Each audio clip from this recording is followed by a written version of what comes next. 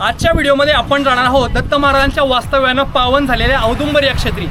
या ठिकाणी गेल्यानंतर इथल्या मंदिराची संपूर्ण सफर आणि इथल्या गुरुजींकडूनच इथली माहिती जाणून घेणार आहोत। त्यामुळे चला औदुंबरला जाऊया। महाराष्ट्रातल्या सांगली जिल्ह्यापासून साधारणतः 30 किलोमीटर अंतरावर कृष्णा नदी किनारी हे औदुंबरचं मंदिर वसलेलं आहे। या मंदिरात महाराजांच्या पादुका आहेत। आज मार्गशीर्ष महिन्यातील तिसरा गुरुवार, याच निमित्तानं आपल्यासाठी खास आज औदुंबरचा व्हिडिओ घेऊन आलोय। व्हिडिओमध्ये तुम्हाला महाराजांच्या पादुकांचं दर्शन तर घडवणारच आहे आणि त्याचबरोबर इथला संपूर्ण दिनक्रम देखील तुम्हाला सांगणार आहे। मंदिरात जाण्यासाठी आपल्याला खाली पायऱ्या उतरून जावं लागतं। या पायऱ्या उतरून गेल्यानंतर आपल्याला सुंदर असा हा कृष्णा घाट समोर दिसून येतो। दुपारच्या वेळेला अतिशय रम्य वातावरण या ठिकाणी आपल्याला पाहायला मिळतं। पावसाळ्यात जेव्हा कृष्णा नदीला पूर येतो त्यावेळेला हे मंदिर पूर्ण पाण्याखाली जातं आणि या ठिकाणी मगरींचा देखील वावर मोठ्या प्रमाणात दिसून येतो। पुढे आपण मंदिरातील मुख्य पुजारींशी इथल्या दिनक्रमाबद्दल व्यवस्थित चर्चा केली आहे, त्यामुळे व्हिडिओ शेवटपर्यंत नक्की बघा। या मंदिराच्या मुख्य प्रवेशद्वारातून आत आल्यानंतर हा असा भव्य सभामंडप आपल्याला पाहायला मिळतो। सोबतच औदुंबराचं वृक्ष देखील या शेजारीच आपल्याला पाहायला मिळतं। या सभामंडपात नेहमी दिगंबरा दिगंबरा श्रीपाद वल्लभ दिगंबरा हा मंत्रजप सुरू असतो। मित्रांनो, अखंड महिमा असलेल्या मार्गशीर्ष महिन्यातील प्रत्येक गुरुवारी आपल्यासाठी खास दत्तस्थानं घेऊन येतोय।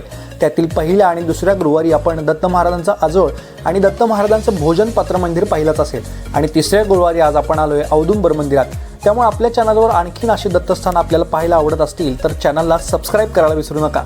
दत्त महाराजांचे दुसरे अवतार श्री नृसिंह सरस्वती यांनी नृसिंहवाडीमध्ये 12 वर्ष तप करून वास्तव्य केलं। सुमारे 700 वर्षांपूर्वी म्हणजेच इसवी सन 1441 सालच्या चातुर्मासामध्ये महाराजांनी या ठिकाणी वास्तव्य केलं असा गुरुचरित्रामध्ये उल्लेख आहे।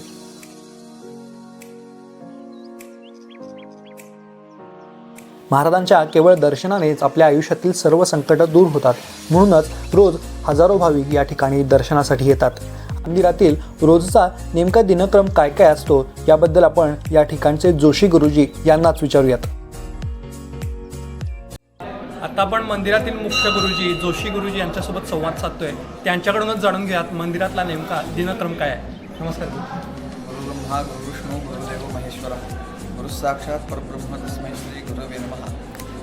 श्री दत्त महाराजांचे दुसरे अवतार श्रीमान नृसिंह सरस्वती स्वामी महाराज यांच्या पदस्पर्शाने पावन झालेल्या औदुंबर क्षेत्री पहाटे 5 वाजल्यापासून रोजची दिनचर्या चालू होते। 5 वाजता काकड आरती होते, 6:15 वाजता मंगल आरती होते, त्यानंतर अभिषेक पूजा 11:30 वाजेपर्यंत चालू असते। अभिषेक पूजा लघुरुद्र वगैरे इत्यादी सर्व पूजा 11:30 पर्यंत चालू असतात। 11:30 नंतर महापूजा चालू होते। महापूजेनंतर साधारण 1 वाजता महापूजा महाआरती आणि महानैवेद्य होतो। नंतर महाप्रसाद असतो।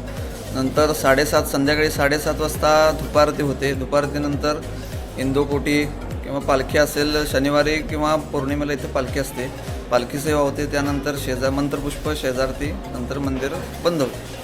आणि साधारण दत्त जयंतीच्या वेळेला किती लोकांची अपेक्षा असते, म्हणजे किती लोक येतात साधारण? दत्त जयंतीच्या दिवशी साधारण 6-1 लाख लोक इथे येऊन दर्शन घेतात। अच्छा, हा दिनक्रम जाणून घेतल्यानंतर आता आपण महाराजांचं दर्शन घेऊयात। या ठिकाणी महाराजांच्या पादुका स्थापन केलेल्या आहेत।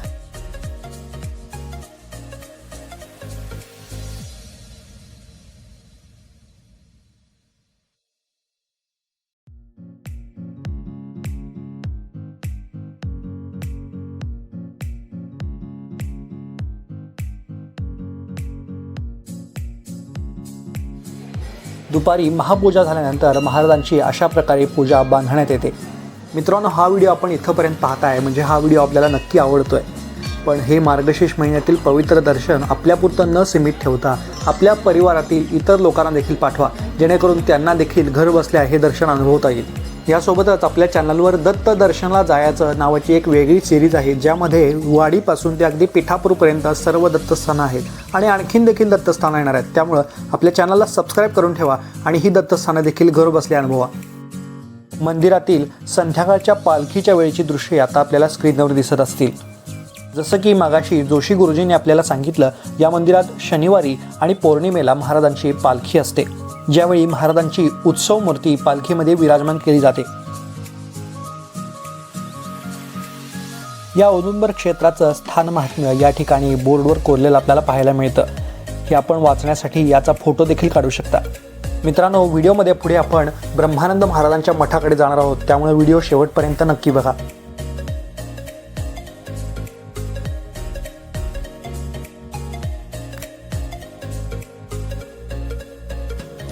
दररोज दुपारी 12:30 वाजता महाराजांची आरती झाल्यानंतर या ठिकाणी अन्नछत्र भक्तांसाठी खुलं केलं जातं. इथल्या देवस्थानकडून या ठिकाणी स्वच्छ, सुंदर आणि प्रशस्त असं नवीन अन्नछत्र बांधण्यात आलेलं आहे, ज्या ठिकाणी रोज भाविकांना अन्नदान केलं जातं.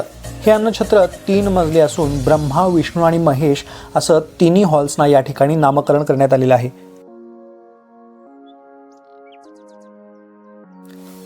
स्क्रीनवर आता आपण पाहू शकताय या ठिकाणी किती भव्य आणि प्रशस्त असा हॉल बांधण्यात आलाय, जेणेकरून महाराजांचा प्रसाद घेताना आपलं मन प्रसन्न राहावं. महाराजांचं दर्शन झालेलं आहे, प्रसाद घेऊन झालेला आहे आणि आता आपण चाललोय ब्रह्मानंद महाराजांच्या मठाकडे. इथे नेमकं काय काय आहे चला बघूयात. श्रीमद ब्रह्मानंद स्वामी हे नरसोबावाडीतील श्रेष्ठ अशा संत परंपरेतील एक महापुरुष होते. हे सत्पुरुष 1826च्या सुमारास गिरनारहून तीर्थक्षेत्र औदुंबर क्षेत्री आले आणि इथेच एक मठी उभारून त्यांनी तपश्चर्या केली. या शांत, प्रसन्न आणि पवित्र वातावरणात त्यांच्या तपाला सिद्धीचे यश प्राप्त झाले आणि अखेर इथेच त्यांनी समाधी घेतली. त्यांची शिष्य परंपरा या ठिकाणी शिलेवर कोरलेली आपल्याला पाहायला मिळते. या ठिकाणी 300 वर्षापूर्वीचं पुरातन असं महादेवाचं मंदिर देखील आहे. त्याचबरोबर या मठात समोरच्या बाजूला जय आणि विजय या नावाची 2 वडाची झाडं आहेत आणि त्यांच्यामध्ये बरोबर एक औदुंबराचं झाड आहे. हे आत्ताच्या समोर आपल्याला दिसते हे 7 झाडांचं एक असं वडाचं झाड आपल्याला दिसतंय. या ब्रह्मानंद महाराजांच्या मठाशेजारीच श्री गुरु शिवशंकरानंद आश्रम देखील आहे, जिथं दत्त महाराजांचं एक मंदिर आहे. मित्रांनो, हा आजचा आपला औदुंबर स्पेशल व्हिडिओ तुम्हाला कसा वाटला हे मला कमेंटमध्ये सांगायला विसरू नका आणि अशाच नवनवीन ट्रॅव्हल व्हिडिओसाठी ट्रॅव्हल विथ वरद या चॅनलला सबस्क्राईब करायला विसरू नका. भेटूयात पुढच्या व्हिडिओमध्ये. तोपर्यंत नमस्कार.